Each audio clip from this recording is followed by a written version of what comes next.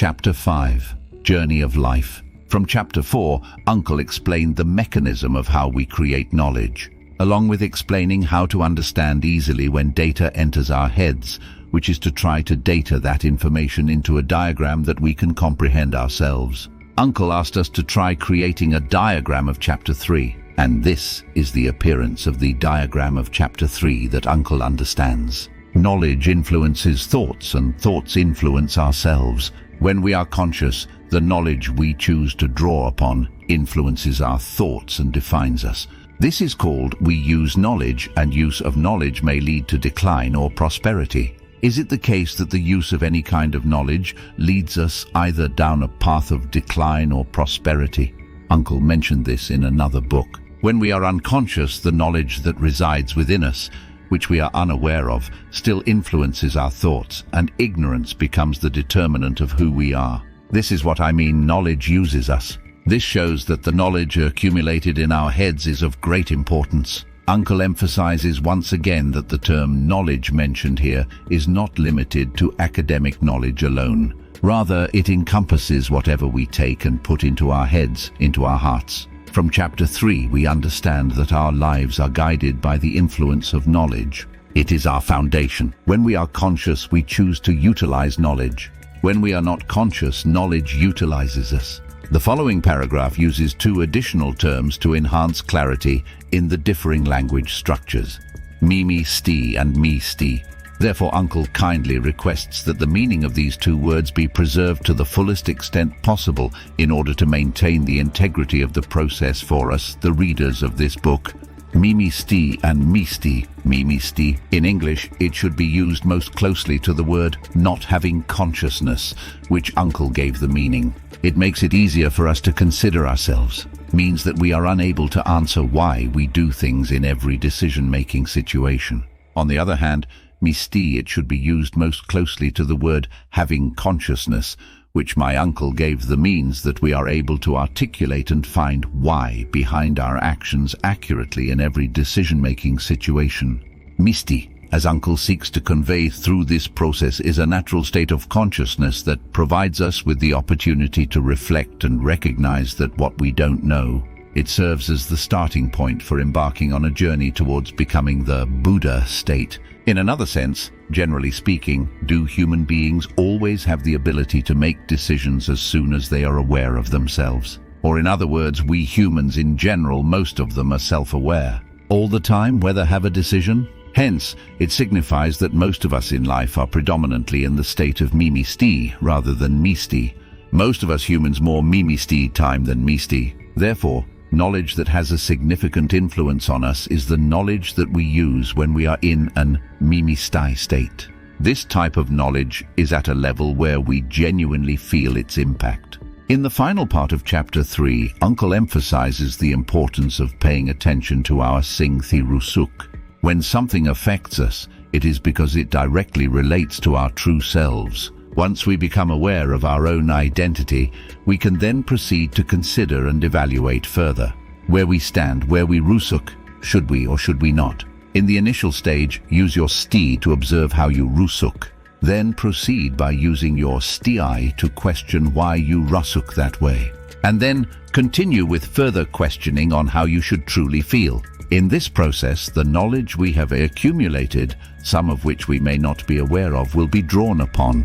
Our lives begin to change and we start to determine our own destiny. Indeed, it may seem challenging at first, but with practice, it becomes a part of who we are. Just like any skill or habit, continuous practice and repetition will make it more natural and ingrained in our being. So keep practicing and eventually it will become an integral part of you. Uncle recognizes the differences among people. Uncle believes in the words of the Buddha, who stated that every human being can become noble through training. However, when we use this phrase, we often misunderstand it to mean that all humans are inherently different from animals and are noble animals, noble beings. We overlook the essence of the phrase, which emphasizes the potential for nobility through training. The understanding of life and the conduct of life of people who store knowledge in different ways in language is very different, even if there is only a small difference in language. For example, the sentence, humans are noble animals by training implies that humans must be trained to become noble animals, while the sentence, humans are noble animals, implies that humans are noble animals by nature. This small difference in language can have a significant impact on our understanding and conduct of life. Before delving into the next content, Uncle needs to explain another important term that must be transliterated so that we can use it to practice understanding. Own work, that word is the word Kyles. The general meaning of the word Kyles can be briefly explained to us as follows. Kyles is a Sanskrit word that means impurity or darkness in Buddhism. Kyles is a group of negative emotions such as greed, anger, delusion, and attachment. Kilesa is the cause of all suffering, and it can be eliminated by following the teachings of Buddhism. If we want to explain Kyles to people who are not familiar with Buddhism in a general way, we can say that Kyles is an emotion that causes us to suffer, such as greed, anger, delusion, and attachment. Kyles is a bad thing, but we cannot eliminate it completely. We can control Kyles by being aware of it and avoiding letting it control us. For example, a greedy person may use their greed to work hard and succeed, but a greedy person may also use their greed to steal or cheat others. An angry person may use their anger to protect themselves and others, but an angry person may also use their anger to hurt others. A deluded person may use their delusion to seek the truth, but a deluded person may also use their delusion to deceive others. An attached person may use their attachment to love and care for others, but an attached person may also use their attachment to destroy themselves and others. Kyles is a natural human emotion, but we can control it and we can use it to develop ourselves and others. Everything that has been discussed so far is basic knowledge about the term Kyles that Uncle has provided for us. As for Uncle's advice to let us know the desires by ourselves, the proof of the existence of Kyles is the time we make decisions. After doing something, we don't know why we decided to go down. When we have a point to observe the existence of Kyles as Uncle suggested above.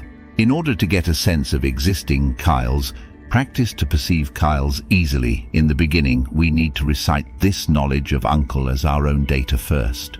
Sing the Rusuk is the average of Kyles. When we get to know and understand the word Kyles in moderation, Uncle will provide us with another crucial piece of knowledge. One of the Uncle's knowledge that is very important, let us recite it as our data first. That is the following knowledge. Uncle has 3 levels of people to remind himself. 1. Kondimikils thukan, kondimikilas tukon. Good people have Kyles, everyone does.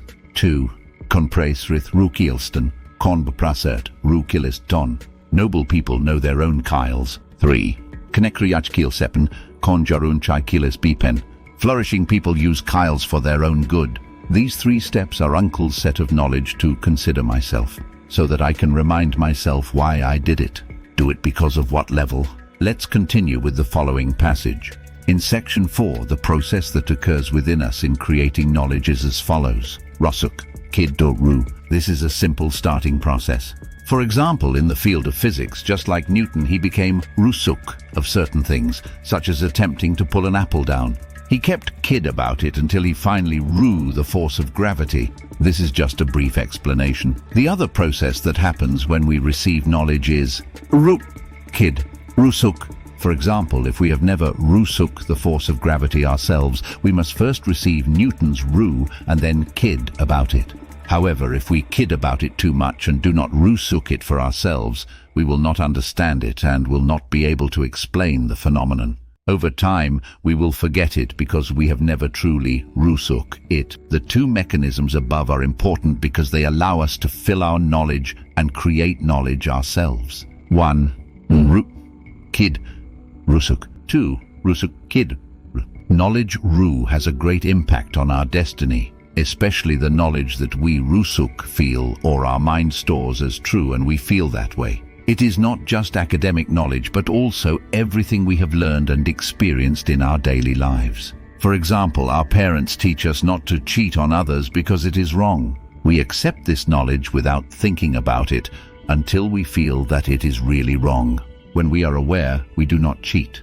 However, when we live our lives, we see friends who cheat on exams and pass every time are happy and get good grades. Friends who let others copy their answers are loved.